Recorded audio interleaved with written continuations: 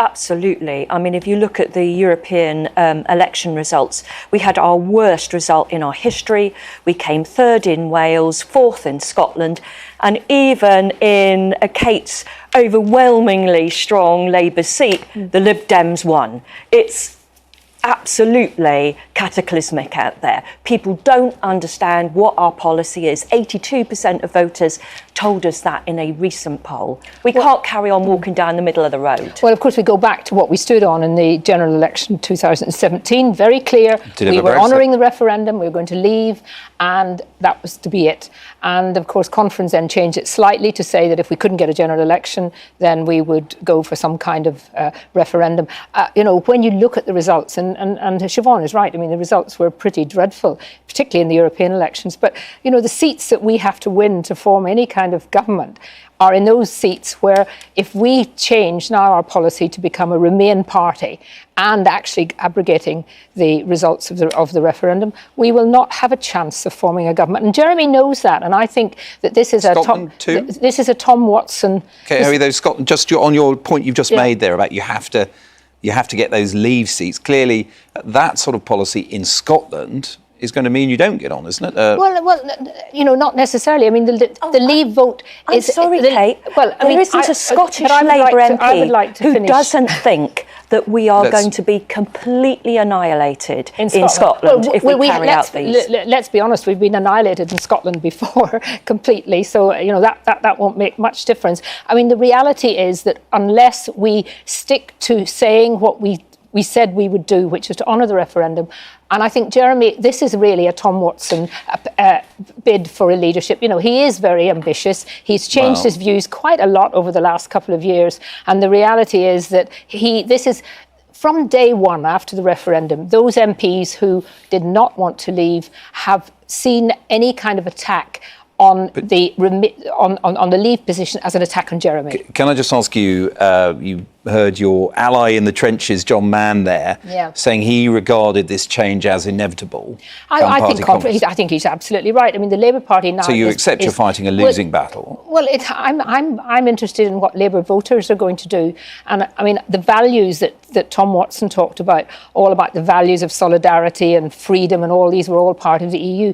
I believe Labour should be an internationalist party, and all those values are equally true of being an internationalist. Instead of that, we're tying ourselves to this small European Union. And, he also said some things about Labour has always been a party of Europe. He's really not differentiating between the EU and Europe. And when I look back, 1983, we stood on a manifesto of leaving the common market. So the idea that somehow we've always been a pro-EU party is nonsense. How far is this about Tom Watson's leadership ambition? Tom would never think I'm his best mate, but I have to say that he is out there representing the view of our members. I would say 80-90% of our members in the Labour Party are Remainers. Our overwhelming number of Labour voters are Remainers, irrespective of whether it's from the south or the north. This is what people want to see from the Labour side. Absolutely. Even if you take a rough figure of 80% pro-Remain, you can't win an election without that 20, though, can you? But you can't win an election from standing in the middle of the road. We've clearly seen that from the European, and we are not Brexiteers. We would be completely lying if we took that position. Did you vote to invoke Article 50 just after? I did, that's right. And that's why I don't think, Kate, that changing your mind is a bad thing when you're presented with the facts. And for me, I voted to invoke Article 50 because I accepted that we had lost the referendum.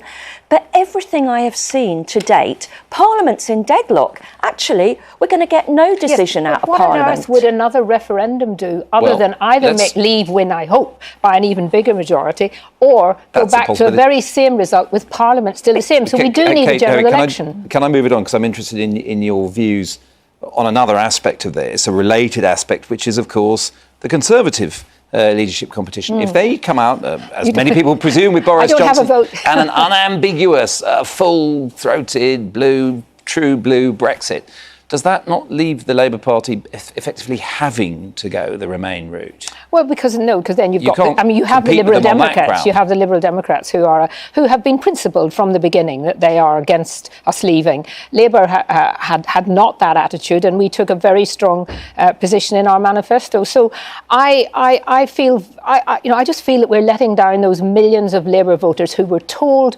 we will honour this result. Parliament abrogated its responsibility to the people to vote. And now, from day one, we've been rowing back. And in the end, frankly, I would rather get out and have a no deal if we have to, rather than no democracy. And that's what's happening at the moment.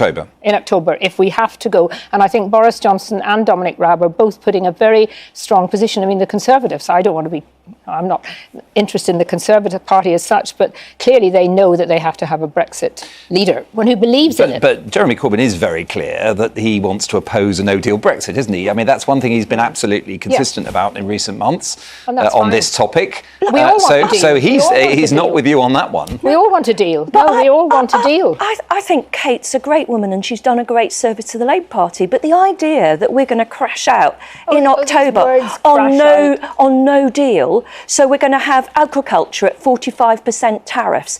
We're going to have the Siobhain. NHS at the prey of Donald Trump and the American private health Siobhain, sector. This is just the same old Remain stuff that comes out over and over and over again. There isn't a Labour voter who wants that. We should not be taking anything off the table. That's disastrous. The reason we're in the position, Northern Ireland, this is the easiest way to go for a united Ireland and for Scotland to leave the UK. The reason we're in the position at the moment is because we never, ever actually had a Prime Minister who believed in getting us out properly. Nonsense. And therefore, we're in this situation now where the European Union knows that if they keep pushing back on us, eventually they want us to have another referendum. That's what they always do. You've clearly been very consistent in your arguments right the way from the referendum campaign. Yes, I've always been, since I was elected an MP 30 years ago last week, and I was against the European Union from day one. When you said a moment ago, certain voters can gravitate towards the Lib Dems because they are the unambiguous,